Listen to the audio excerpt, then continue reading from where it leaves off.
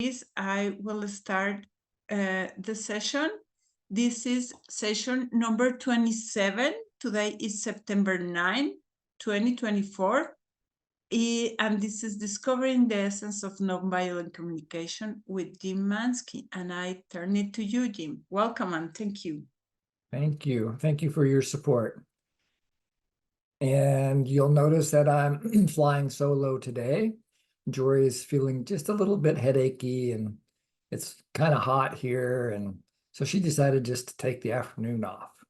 And so that's fine with me.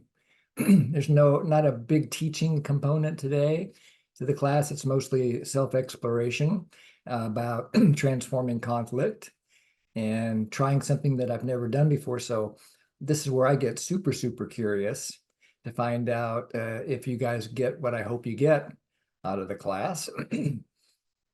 And the class is about transforming conflict. And wow, it's week 27, huh? That's amazing. So little update on my well-being. I'm doing much better. My voice is almost back to normal, but it gets a little gravelly towards this time of the day. So I'll do my best to speak the least amount and have you guys talking to each other and doing some writing and exploring. And also Mickey Amrita, first and currently only certified trainer in Singapore.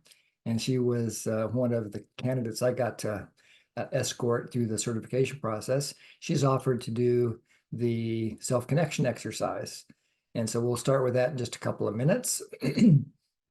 Then we'll go to small groups so you can talk about that experience with each other. Then we'll come back to the large room and connect for a little while. Then I'll guide you through a process around transforming conflict. Okay, so that's the plan. Anybody need to say or do anything before we get started? Okay, then Mickey, it's over to you. Okay, Jim, thank you so much for the introduction. So today I would like to guide the self-connection exercise as Jim's voice. So English is not my first language, so I would start with Japanese followed by English just to alleviate my nervousness on the spot. So please, everyone, sit comfortably and imagine that you are sitting on a warm white ball. はい、それでは始めていきたいと思います。So please close your eyes and imagine that your legs are becoming longer and longer down into earth. And you're grounded onto the earth space, and your spine is becoming more straighter and straighter, and your hair is pulling to the sky. And you have more space between your head and leg, and your heart space is expanding to unlimited space where any emotions and feelings can coexist.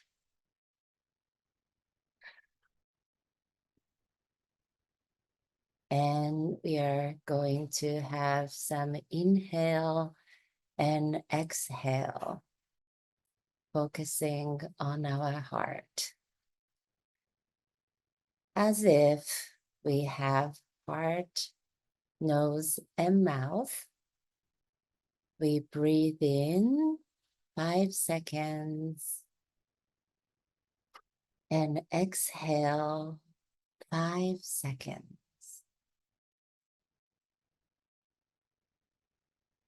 Inhale for 5 seconds. Exhale.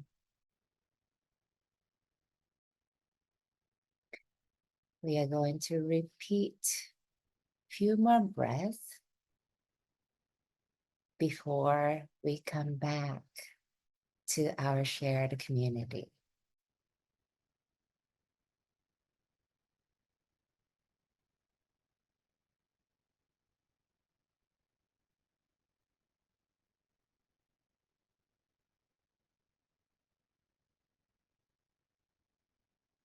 Whenever you are ready, with your own timing and space, you can come back to our community and open your eyes.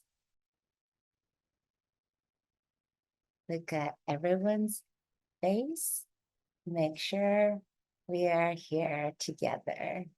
And back to you, Jim. Thank you, Mickey. So holding this place of more mindful awareness of yourself, just notice the needs that are alive in you.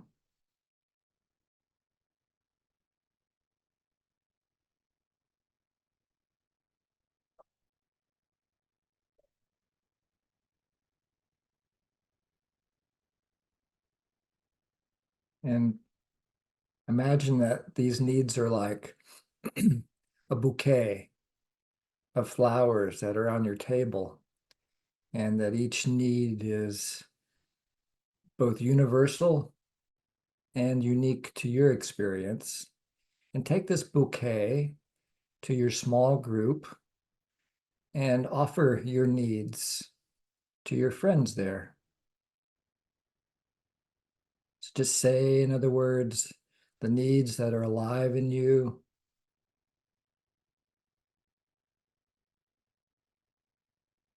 And then when it's your turn to listen, just listen with that open, expanded heart that Mickey supported us in creating.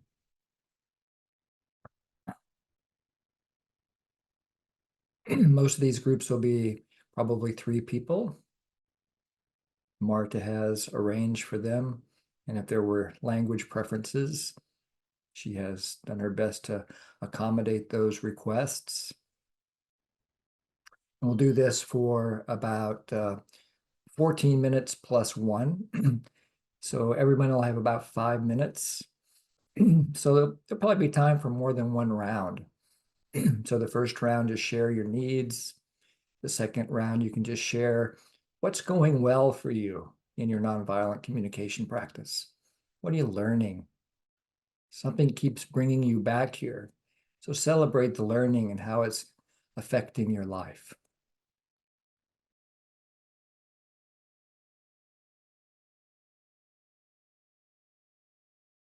See, if you page through the screen, there's probably 2 or 3 screens for you, but Juliana is here today. Juliana from India, and I've been accompanying Juliana on her journey to certification for a few years now. And I'm so thrilled to share with you all that we pushed the button yesterday. That's our little code word for recommending Juliana to become CNVC's newest certified trainer from India. And so thank you, Juliana, for all your hard work that you've already done and the work you do to support our mission in India and beyond. Wonder if you'd just like to say how you feel right now. Yeah, so I just want to say that I'm feeling really grateful, firstly, Jim, at this moment. Happy to see you talking and so well. That's the second thing, that really lights up my heart just now in this moment. Yeah, your voice. And remembering the 7 years that you have been my assessor through, and how you always kind of had a word to encourage me. I noticed that each and every time, especially in this last period of assessment. And I feel really grateful for the courage that you gave me to go on in this journey. Also want to say that I've learned so much from just being with you. This was the group where around the pandemic time, I kind of joined, and I felt so so nurtured in this group in NVC consciousness, because I saw in you not just a teacher, Jim, but somebody who inspired me and inspires me no end as a human being who lives this consciousness so respectfully. That's what touches my heart and life and will remain with me in my memory. You and Jori also. Yeah. So thank you for this. I just want to say this. And to each and every member of this community. I see Eric here. Hi, Eric. Yeah. Eric also has been so encouraging for me, yeah, on my journey. Yeah. Thank you, Eric. Yeah, I remember you. I could ask Eric for whatever I wanted as, yeah, I would say, I want to attend this. Please, Eric, make it possible for me. And he would help me. And so thank you, Eric.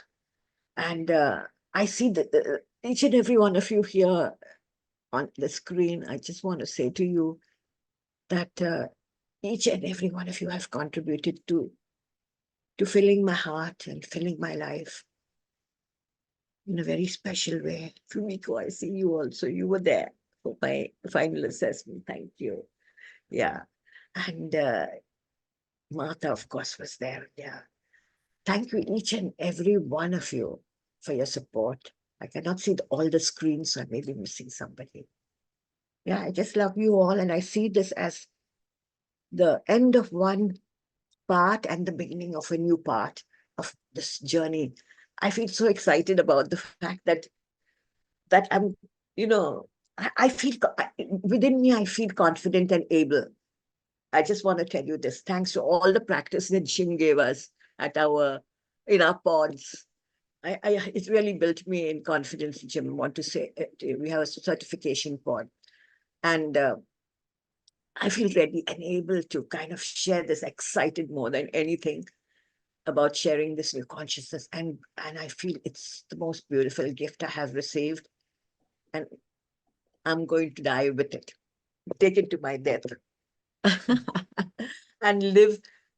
And I'm also like at the moment doing a mediation and course, a mediation conflict training and mediation course. So I see, besides teaching NVC, I also see, I mean, I would say this consciousness, it's more consciousness than a language for me. So I see my energy flowing out into bringing peace within myself and peace between people in conflict, and peace in community. And I feel so grateful. Yeah. Thank you so much, Jim, for your accompaniment, your presence in my life. May you have good health. I just should send you that in this moment. Thank you. To continue this work where you encouraging each and every so freely, wholeheartedly. Thank you, Jim. It's my pleasure. Thank you. And thank you for all your hard work. I can't take any credit, really, for all the hard work that you did to make this possible. It's really a journey of deepening integration. And I have seen so much growth and change over the time I've known you. And it's just been such a pleasant and growthful experience for both of us. So thank you. Thank you, Jim. I hope we will continue to be in touch. I mean, whenever I need you, I can call on you because I really value you and your presence, and I want to keep in touch with you. Thank you. I'm sure that'll happen. It's the hardest part of being an assessor is a super high level of involvement, especially during the 6 months of pre-assessment, suddenly changes when I push that button. And so we really have to work hard to stay connected from now on. And I love it when that happens.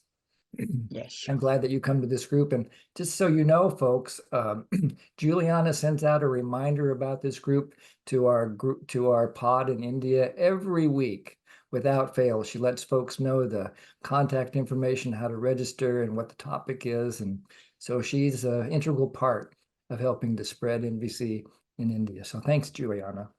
And thanks, Jim, because you offer this freely to people in India, and that makes a big difference. Just want you to know that. So I don't want people to miss this precious opportunity if they can only, you know, come once and know how beautiful it is. Yeah. Amen. Thank you. Thank you. Anyone else like to share what's going on for you right now, either about the self-connection exercise or hearing from Juliana or whatever's alive in you? We have a few minutes for that. So just raise your hand. Go ahead, Guiha. Congratulations, Juliana. And here, yeah, I'd also like to celebrate my happiness. Yeah. So I just, so I put it in the chat. Yeah, I just received this message from one of my students about 10 minutes ago, before the practice group practice. Yeah. So the first thing I want to celebrate is that she totally got the spirit I wanted to convey in the notice I sent to them the last Thursday. That is the equality, respect, and understanding, and interdependency. And yeah, so I used the NVC language and spirituality to send the message, instead of to manipulating the result. Yeah, I knew I can, and the usual way we use is to manipulate the result. Yeah. So I can, and the most important breakthrough for me is that after my self-empathy, I totally accept the possible result that I had to change my schedule of important event in the Saturday afternoon. Yeah. So, so my insight is that no attachment to the possible result. Yeah. So open my heart to the possible result. Yeah. Thank you. Yeah. I'm really happy and joyful. Yeah. Yeah. I did it. You did it. Yes. Thank you. And wow, I'm just so also impressed with how far. I know one of the reasons that motivated you to come to this class is to work on your English. And boy, oh boy, it was so clear what you just shared. It really met my need for clarity and connection. So thank you very much. Thank you. Wow. And Dale?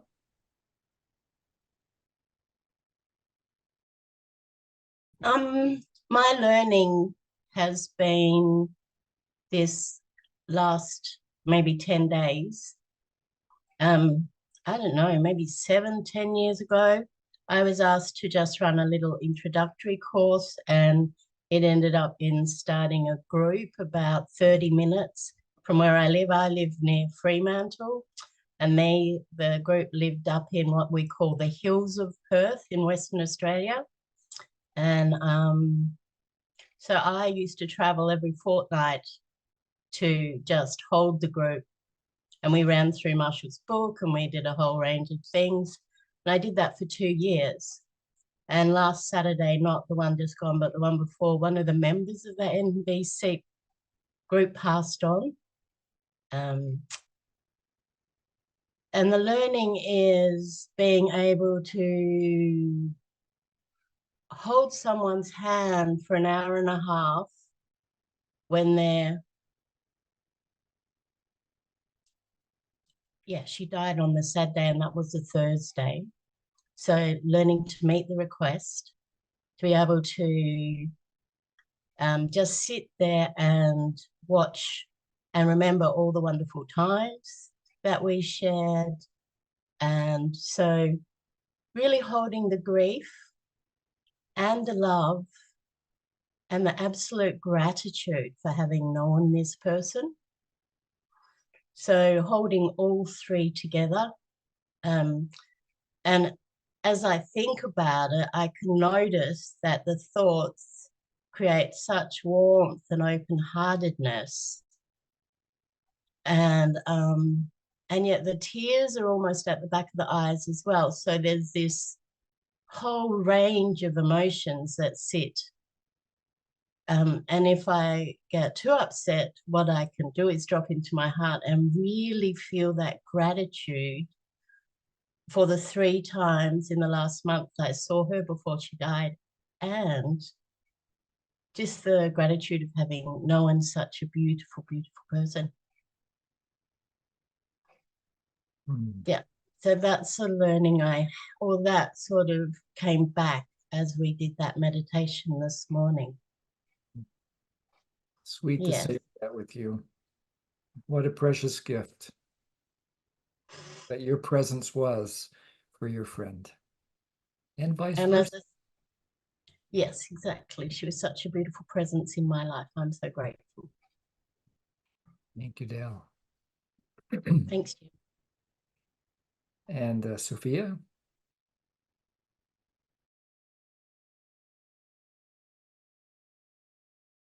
Where'd you go, Sophia? I speak Japanese. See, chat for contact. ジュリアナ、おめでとう。そして、私はジュリアナを思うと、あなたがよく言葉にしてくれていたことをたくさん思い出しています。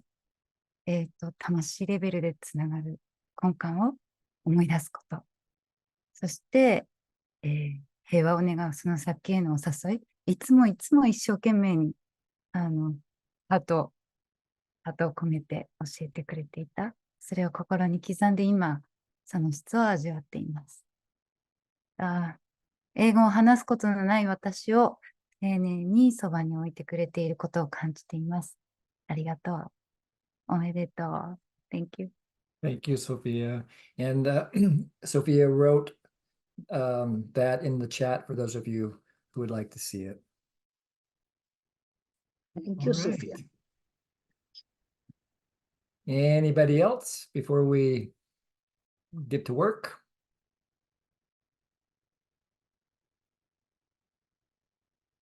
All right. So today's session is focusing on transforming conflict.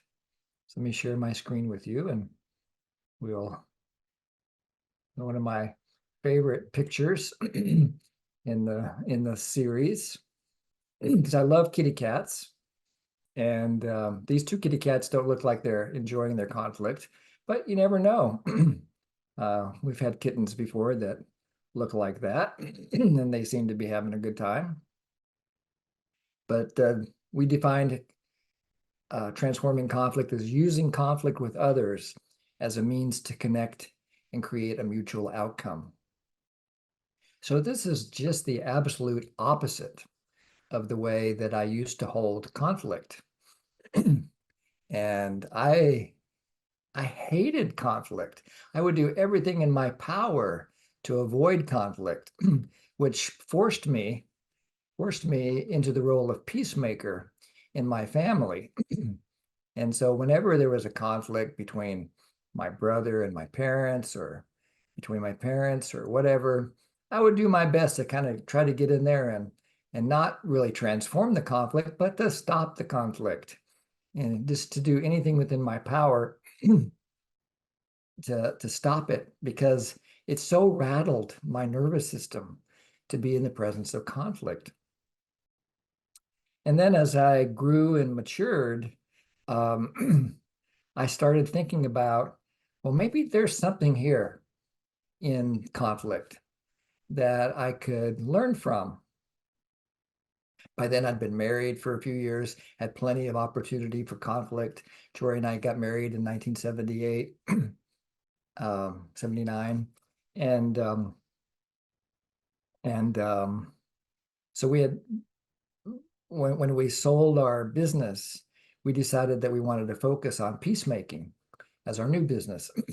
And so we learned to be volunteer mediators in Albuquerque, New Mexico. They had a wonderful transformative mediation program there. And that's actually how we ended up meeting Marshall.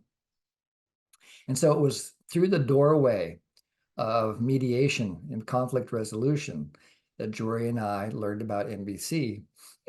And we noticed an immediate result in utilizing NVC in our mediation practice. Does it always solve conflicts? No, nothing works all the time. There's no such thing as a perfect strategy, as far as I know. But I noticed that I emerged from these conflict situations feeling more confident, feeling less rattled, feeling transformed by the conflict. And as time went by, we became more skillful. Sometimes we would do 2 or 3 mediations a week. And we eventually became mediators for couples that were contemplating a divorce. And that really deepened my learning and my ability to stay present with painful, painful conflict as parents would try to work out how to share children in the face of a divorce and so forth. So I don't know if it did anything to transform anybody else, but all these conflicts really transformed me. So today we'll explore that possibility for you. Here's the pathway. I won't read it to you. I'll just be quiet for a couple minutes so you can read it yourself.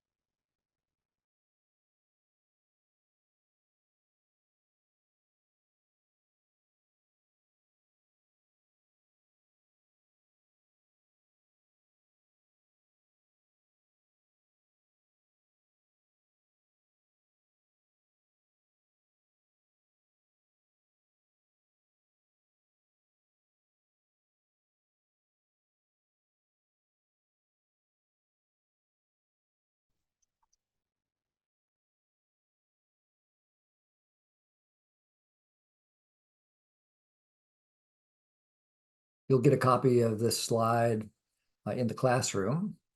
Hopefully you've had enough time to read it, but want to make sure there's plenty of time for you to practice. So the first step is to think of a conflict that you've been involved in that has a sense of transformation for you. So it could be something with a child of yours or one of your parents, could be with a neighbor, could be with your friend, partner. It's probably best to choose an ongoing relationship that really matters to you. One that has more than one conflict that you've negotiated. And choose one that's kind of in the middle of the scale of intensity.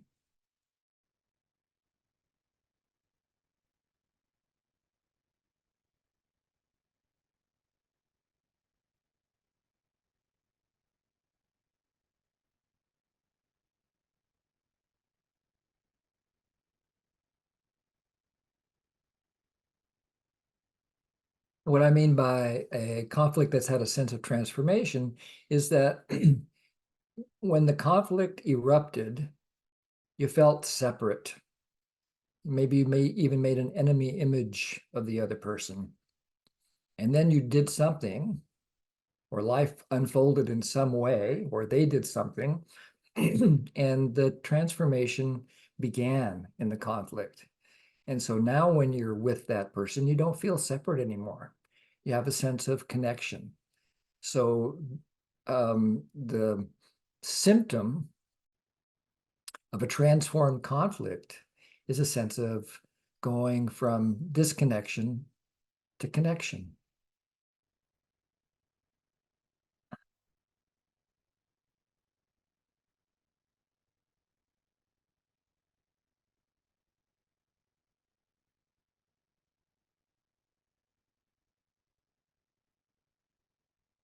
And then write down the observation.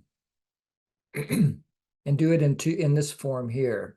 Say what the strategy is that you preferred, or maybe were even addicted to. What did you want? And see if you can specify your strategy. And then what did you sense that the other person wanted? What was their strategy?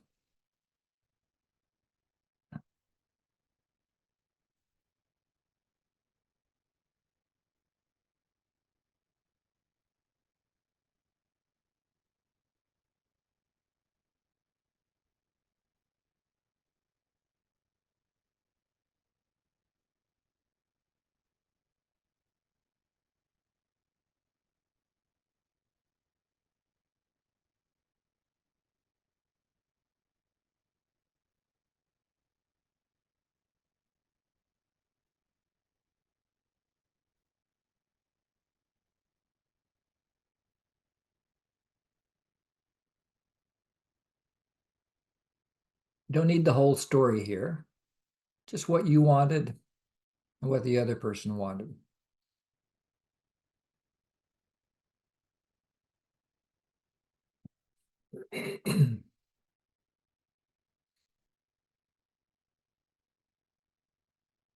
Wait about 30 more seconds.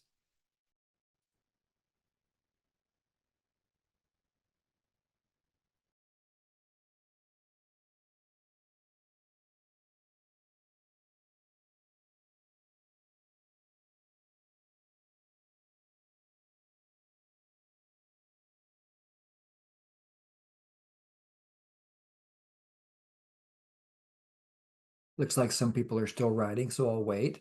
Anybody have any questions so far or need some support?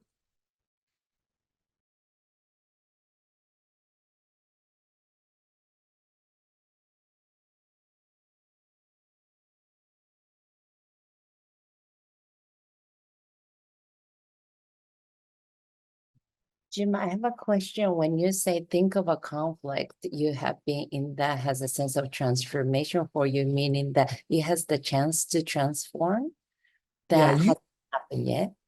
Yeah, so now it doesn't seem like a conflict anymore. Now it seems like connection. Oh, so we are working with something that we already transformed here. Exactly. Yes. This is Okay. the idea that you're going to choose something that has already been transformed. Oh, okay, thank you for the clarity. Thank you for the question. That probably helped a lot of people. Okay.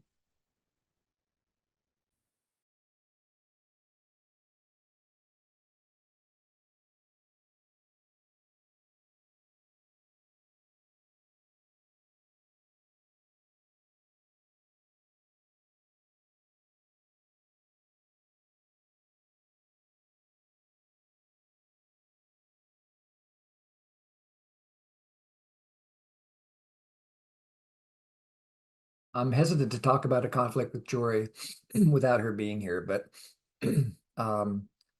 that's all I can think of in terms of fresh.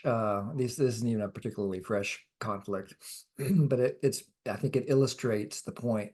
So Jory and I have been doing mediation and training together for more than 20 years now.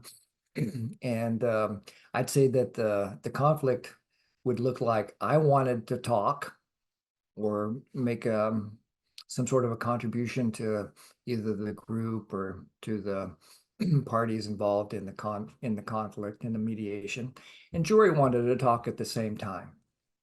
So it's just as simple as two people wanting to speak at the same time, and we would end up in conflict about that.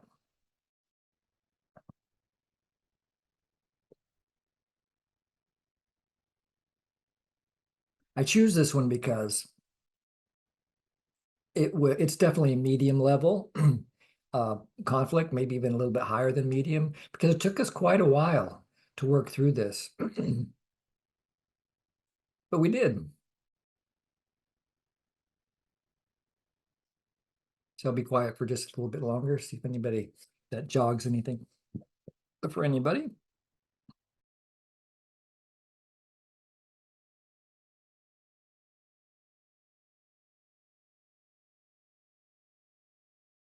By the way, the reason that I chose that observation is that it doesn't mean we still don't have the conflict sometimes, but there's a transformed quality to the conflict. No more enemy images, no more resentment, just an acknowledgement of this observation, and then the needs that are underneath it. So it doesn't mean that your conflict is permanently finished. It's not about resolution. This is, for me, one of the greatest gifts of understanding NVC's approach to conflict. Resolution might happen, but it's about transformation. It's about connection more than resolution. Resolution comes from moment to moment. So the second question is, describe what you did to help transform the conflict. What did you do? This could be inner work that you did. It could be getting empathy from somebody. It could be lots of different strategies. What strategies helped you to transform the conflict?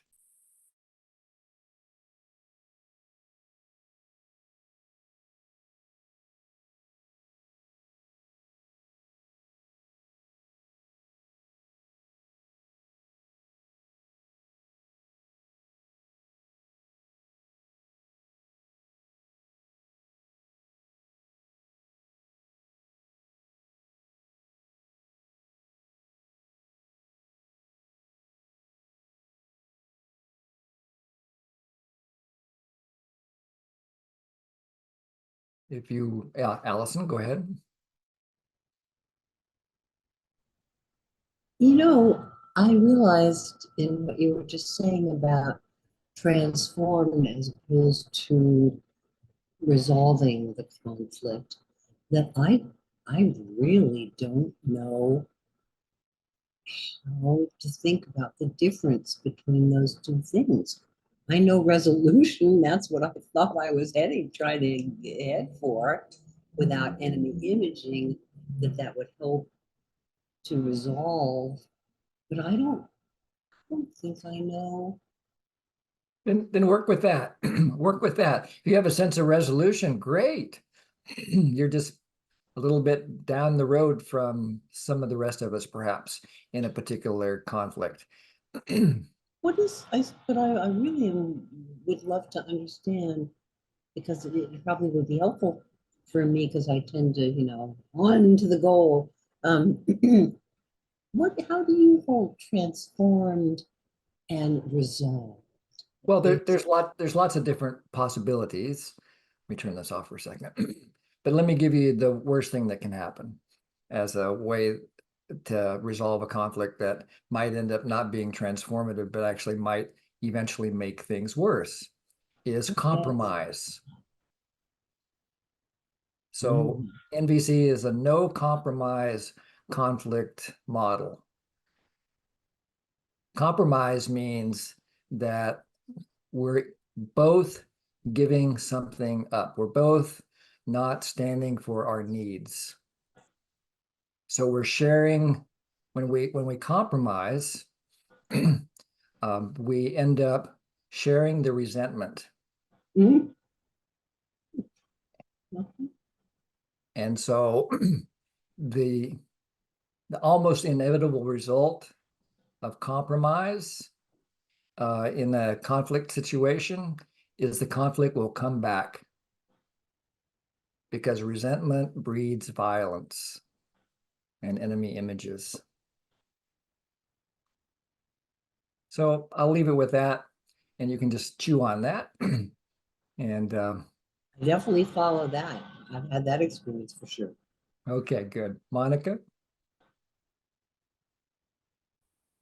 Sorry, it took me a while to unmute. So, I'm a mediator, and I guess I'm still struggling with this word compromise, because in mediation, you have the needs and you both come up with strategies to meet each other's needs, and there's give and take. So I think I'm struggling with, what's your definition of compromise? Compromise is giving up on some need. You mean at the moment or forever? Forever. Hmm. Well, it might seem like forever. So for Can you give example, an example? Yeah, thank you. Cool. sure. So, you know, I'm not a Bible scholar, but the biblical, in the Old Testament, I believe it is, somebody brings, there's a conflict about a baby. And who does this baby belong to? And so the compromise was, we'll just chop the baby in half, and each parent or each person will get half the baby. That's a really radical example of compromise, but it's a metaphor for how we're cutting something off. We're cutting off something that's part of our life in us in order to buy the peace in a way. I'm not saying there's anything wrong with compromise. And in some cases, compromise is the best we can do. I'm just saying that at its heart, NVC is a no compromise model. That the idea of conflict resolution in NVC is that we find a strategy where everybody's needs are addressed and satisfied. Nobody gives up anything. Can I make a comment? Sure. So we all have a lot of needs, and at that moment there might be a lot of needs, but when we do our resolution, maybe we can't meet every single need that person has in this situation, but maybe we can just meet one of each of our needs. Do you still consider that compromise? Only you would know. Only you and the other party would know. If there's any sense of resentment or giving up, then I would just be worried. And it'll show up. Like, say, for example, we're working with a couple and we're negotiating a child care plan. And somebody makes a proposal about, okay, you get the kid at Thanksgiving and I get the kid at Christmas, or something like that. And everybody says, okay, fine. Well, as a mediator, the temptation is to say, oh, good, let's write it up. Now we're done. We found a way to split the baby and everybody's going to be happy. But when I hear the tone of voice and I see the body language, I know that there's needs that have not yet been uncovered. So I slow things down there. And I say, I might name the observation. It sounds like you're willing to do this, but it also sounds like it might come with some cost. Can we explore it a little bit and see if we can find another strategy that feels a little bit more in alignment with all your values? So that's how I would hold it. So I see another hand, and I want to get back to the practice, Umesh, now rather than go down this rabbit hole of talking. So I wonder if you could just write down your question and hold it for a minute so that we can finish the practice. That work for you, Umesh? Yeah, I saw you nod your head. Thank you.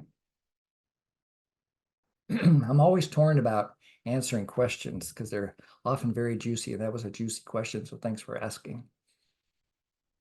But let's get back to the practice so everybody gets a chance to talk about it. What's been the effect of the transformation for you? So let me give you an example back to Jori and me and conflict about who speaks when during a training or a mediation. So we transform the conflict through many, many dialogues using NVC, or at least our understanding of NVC, to get connected to the needs. And once we were connected to the needs, we started proposing strategies that we thought would address the needs. And then we would try out these strategies, maybe for the rest of the week or the rest of that particular training or whatever it was. And then we would get back together again and talk some more. How did that work? Do we need to fine tune it in any way?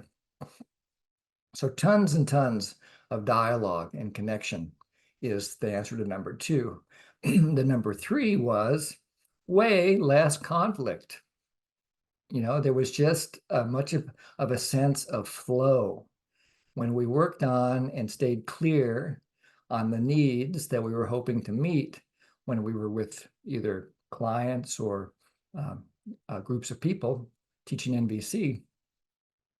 And that was one of our main strategies, was to really focus our attention where it mattered the most, which is not on us, but on them, on their needs, so that the need that was most alive in us could still be contribution, but we also had a need for flow and a need for ease and a need for somehow presence, so that it wasn't about us, it was about them. And so the effect was that our training became more effective. We started getting more feedback about our mediations, and people would start saying things. It's like, it's not so much, Jim, what you said, but it's the energy that you said it with. It's about like what Juliana was talking about earlier, it's about somehow living the consciousness rather than just the language. So what has been the effect of the transformation for you?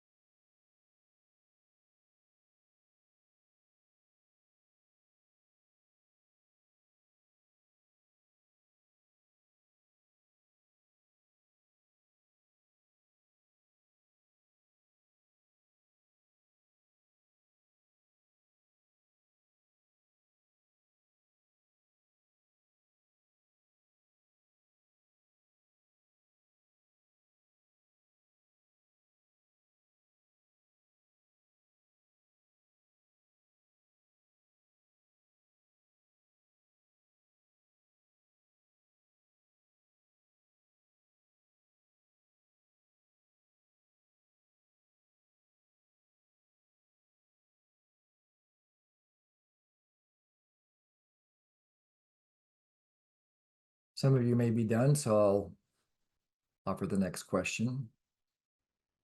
This is a way to fill in the answer a little bit more. You could focus on these 2 questions. What'd you learn? And what are you grateful for?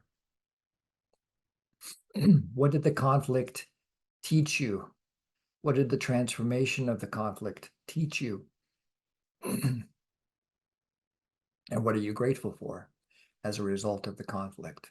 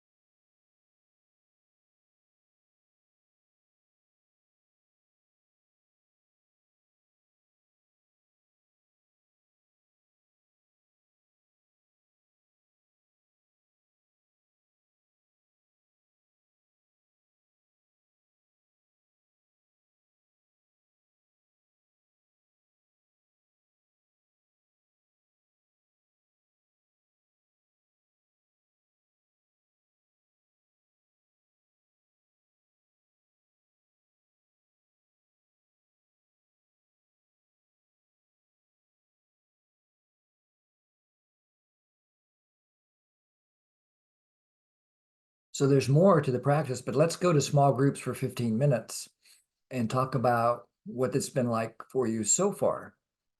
And it's a chance to practice honesty with each other. Maybe this is the dumbest thing you've ever done, and whatever Jim is saying is ridiculous and it doesn't make any sense to you. Or maybe you're getting some insights from your own work or something else, but it's a chance for you to express your honesty in the presence of empathy with your two partners.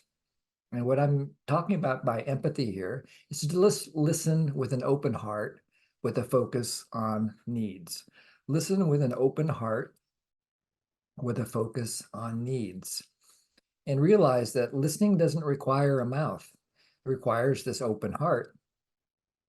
If the other person that's speaking does make a request, then of course you can respond.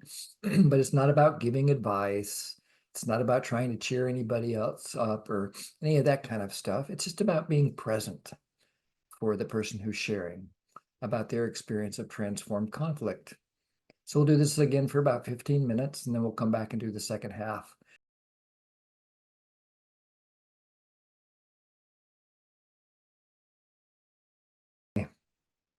So I'd love to hear from 2 or 3 people before we do the second half of the exercise. So if you'd like to share anything about your experience so far of transforming conflict, go ahead, Pallavi. Or Pallavi, sorry. Thank you, Jim. No worries.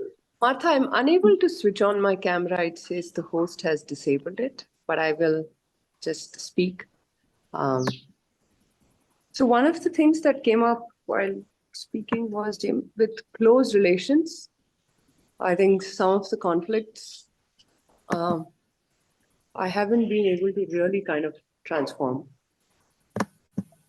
Like there is a progress that I see. I've been able to work with my inner self and understand the situation a little bit more better. There are some small celebrations that I was able to have patience. But am I completely free? Has it met all my needs? Perhaps not. Has it met all my neighbors' needs? Perhaps not. In my case, the neighbor has just completely stopped talking to me. And I'm wondering, especially in these kind of conflicts, which is perhaps a longer one and closer one, how do you see this as being transformed? Maybe I'm thinking it's like a long-term patience and just working on me. And yeah, I would love to hear a bit about. Sure. Yeah, it sounds like you're still maybe in the middle. That might be one possibility, that some of these conflicts, they take a while to unfold. And some of them never seem to really feel, they're called intractable conflicts. That's the big word, intractable, unsolvable conflicts. There's even a book I read about it with some suggestions on how to deal with them. There's great examples in the world of intractable conflicts, geopolitically, without naming any names. So, there's some real good examples of where polarization gets in the way of connection. And the idea of your neighbor choosing to not speak to you anymore, there's actually, that can be quite a way to transform conflict. I'm particularly influenced by the work of a man named Johann Galtung. That's Galtung. And he just died about a year ago or so, but he's considered the father of modern conflict theory. And his mediation model is the one that's used by the United Nations. And one of the things I learned from Johann was that one way of transforming a conflict, he called it negative transcendence. Negative transcendence, which means we're just not going to deal with it. We're going to not talk to our neighbor. Or there are couples who have figured out how to be happily married who never process a conflict. They just go. They just go with, they stay present to whatever else is going on. Other couples, like the one I'm involved in, seem to be very much about processing the conflicts. And so, but negative transcendence is certainly an option, as is compromise, as is transformation at a needs level, where everybody we come up with some strategies that address everybody's needs. Does that answer your question or give you something to think about? Yeah, it just gives me something to think about. Thank you. Yeah. So what I'm really hearing is, it doesn't have to be resolved in the way that I think it needs to be resolved. Maybe conflicts could be of different nature. Is what I'm hearing. Yeah. Yeah, and to let go of the idea that there's a right way or a wrong way that we're supposed to deal with conflict. We do the best we can to live our values. And of course, we can't control what our neighbors do. You can't make him talk to you.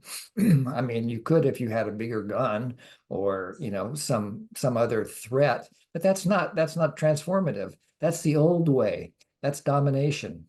And so you're actually building a heart big enough to live with a neighbor who's not willing to talk about it at this moment in time.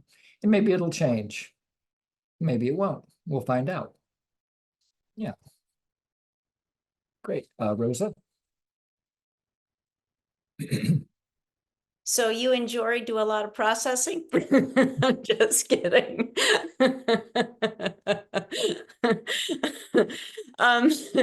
My question, hi, Jim. My question was, and it came up in my group, you know, at the beginning you said, I want and the other person wants. And it wasn't like usually, you know, it's like guessing their need. This is guessing what they want. I wish it, can you just say a little bit more about why that's there? And also I was kind of going, well, how do I guess what they want? Mm-hmm. I wasn't really clear on that. Yeah. Thanks. Well, so all from an NVC point of view about conflict, all conflict is at the level of strategy. So what I want and what the other person wants are two different strategies that are in contradiction to each other. They both can't exist. They won't. The classic example that Galtung used was a four-way stop sign, where you've got two cars coming in perpendicular to each other, and they both go ahead at the same time, but they both can't be in the intersection at the same time and get through the intersection. So there's a contradiction of strategy. So in order to work out that conflict, somebody has to choose to let the other person go. And so that's the simplest conflict resolution strategy. It's you know, very strategic, you know, but there's always a need underneath those strategies. So the need there is flow and maybe effective use of time and so forth. And so all strategies, I mean, all conflicts are at the level of strategy.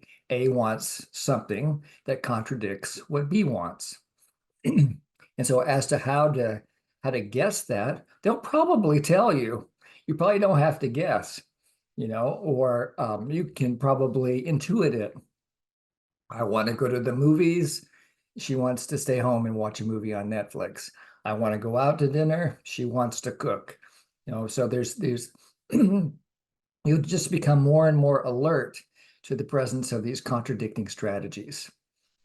And you start there because you're right, needs are never in conflict. Needs are never in conflict. That's the whole promise of NVC, is by getting connected at the need level, we can find a way to transform and transcend the conflict. And did Marshall say in 20 minutes? That was his tagline, yes. It was something like, within 20 minutes of A being able to reflect B's needs and B being able to reflect A's needs, we can solve this conflict. Okay, great questions. Anybody else before we do the second half? Okay.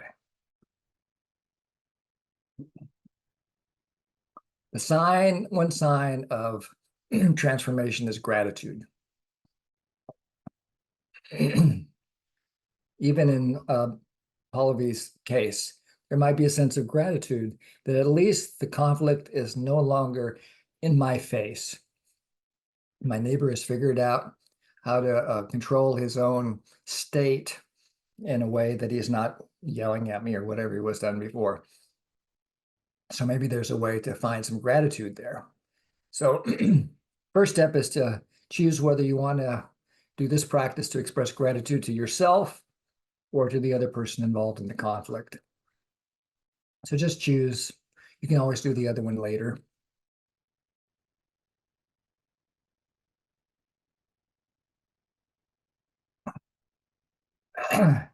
Then describe what happened that stimulates your gratitude.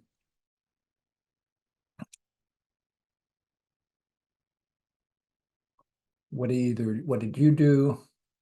What did the other person do? What was the effect that you noticed, and so forth, that stimulates your gratitude? And this is the observation.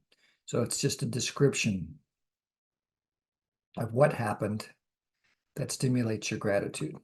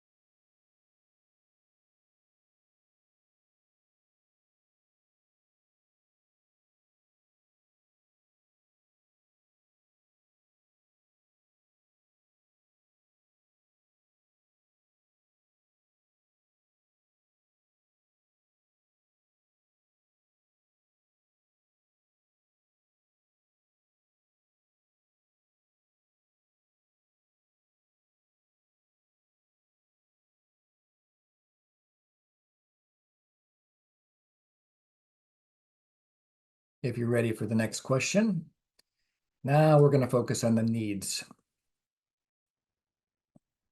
What needs have been fed by this transformation at whatever level it is? Whether it's negative transcendence, compromise, transformational, something else. What needs have been fed?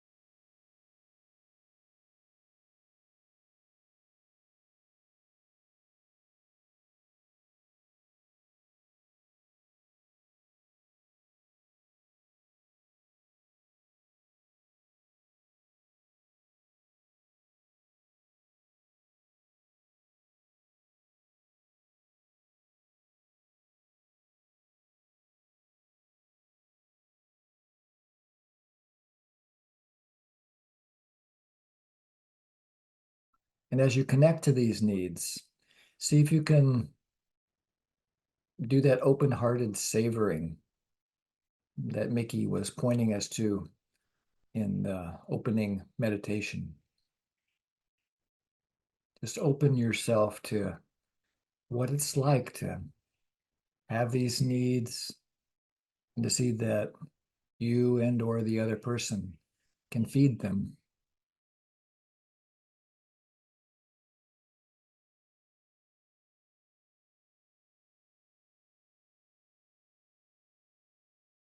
And as you savor those needs, notice how you feel. Notice the physical sensations. and the emotions in your body.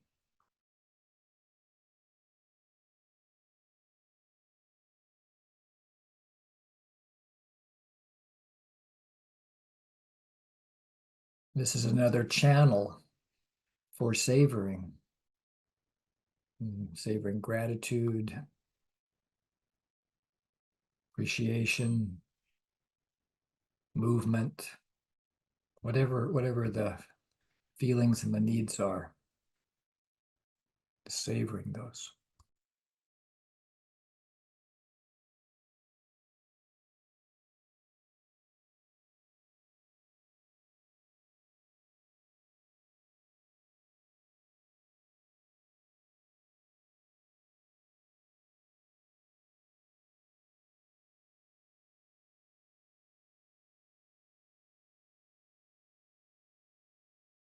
This is where the power comes from. Really touching in and savoring. And now acknowledge yourself. What did you do that made the transformation possible? Was it that you made some requests, that you showed up with empathy, that you gave yourself self-empathy, that you got empathy before the next conversation, you did journaling? What helped? What did you do that helped?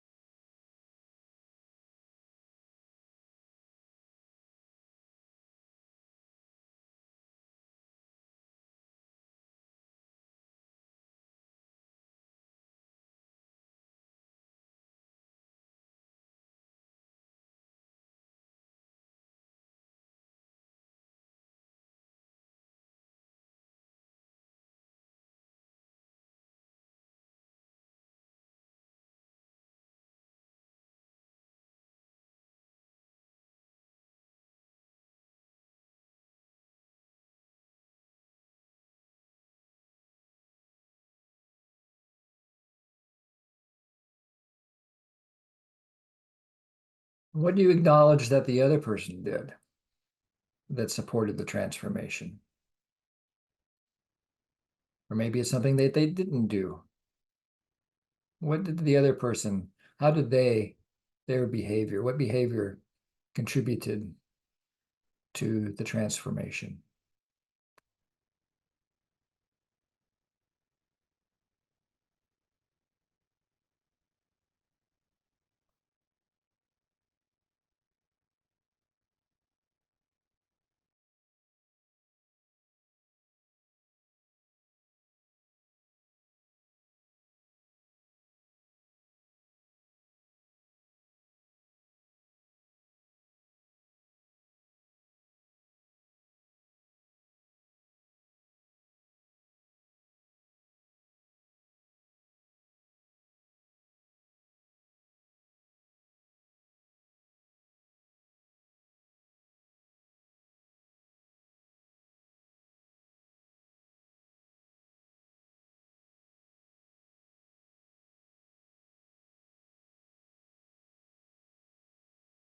And finally, write it down as a gratitude note or letter, either to yourself or to the other person. So I'll be quiet for 3 minutes while you write a brief gratitude note.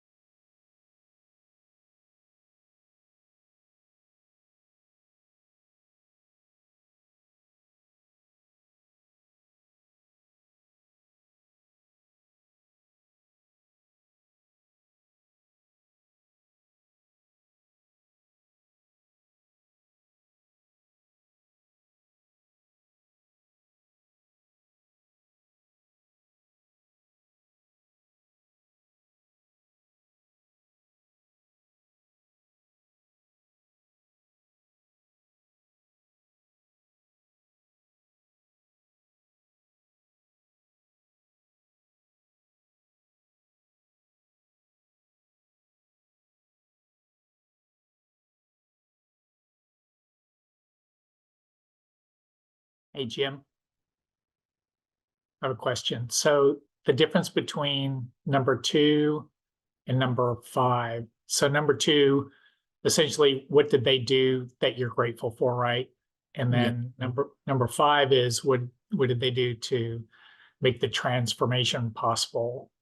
I'm Could be not clear on that one. it could be the same thing. It could be the same thing. Sure. Yep. Okay. Okay. All right. Thank you. Mm-hmm.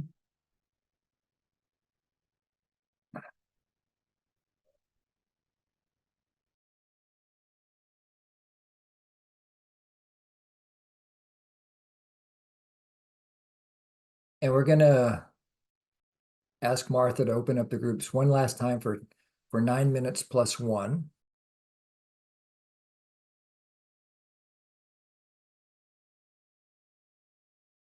I'm so curious. I'm so curious about your takeaways, but I'm all out of words for today. I can't do any more coughing. I mean, any more talking because I'm doing a lot of coughing. And so I'm going to leave it at that with just these 2 last things. Please put your feedback in the chat about your takeaway. I'm particularly interested in what you're taking away from the class today. So a sentence or 2 about that would be helpful for me. Secondly, I won't be here next week. I haven't figured out what's going to happen instead, but I will be in Honolulu as a preparatory step for my upcoming surgery. But I intend to be back the following Monday or Tuesday, wherever you live, and I'll give you an update. So the topic's gratitude, and we'll figure out who the trainer is that's going to be here. I got lots of people clamoring to teach gratitude to you, so we'll find out what happens. And I've already opened up the after party, which just a chance to keep talking and explore unanswered questions, more needs for empathy. I saw some juicy stuff in the chat that I just don't quite have it in me to answer today, but maybe in a couple of weeks if it's still alive. And I really appreciate you coming here today and trying out this experiment with transforming conflict. And I'll finish up by just giving the floor to Juliana, and then I'll say goodbye. Go ahead, Juliana. So I want to thank you today, Jim, for talking about conflict at strategy and level and how that, and therefore, once I hone down on what are my needs, there are 1,000 ways for me to meet my needs from within myself, if not from the person. And putting out my dancing request over there, and with openness to outcome and asking fully for what I want without having to have it, and expressing myself and holding in the meantime an openness for connection about what I've asked for, and accepting the person in the moment and accepting myself in the moment with all my feelings and my needs as I am until I get there. So I love this. And mourning, the thing about mourning, that I may not have the capacity at the moment and the other person may not have the capacity at this moment, and just holding that and maybe letting go of the strategy even as I mourn, but holding on to the precious need. Thank you so much, Jim. I loved what you said about the options of, of negative transcendence and compromise as being options also to just getting the peace within and the peace between. Thank you, Jim. Thank you. You're welcome, Juliana. Pooja, and then we'll finish.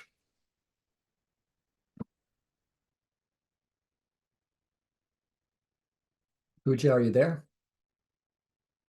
Yes, I was just trying to unmute. Thank you so much for taking my question. I noticed you mentioned negative transcendence. Is there such a thing as positive transcendence and negative transcendence? Yeah, positive transcendence is where we stay focused on the needs and we find a strategy that addresses everyone's needs, at least at the proposal level, so we can try something out.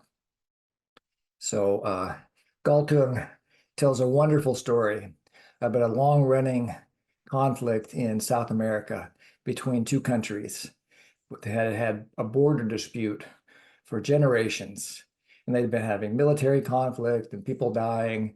And Galtung went in there and he worked with these leaders, and they found positive transcendence, which looked like both countries maintaining their line of sovereignty that they claimed, but that the land between the two boundaries of sovereignty, this place that had been in dispute for generations, became a jointly operated national park, preserved for generations, forever, between the two countries. And so this was a total wonderful example of positive transcendence. I hope that's helpful, Pooja. Thank All right, you. see you guys in a couple weeks. Love you lots. Aloha. Bye-bye.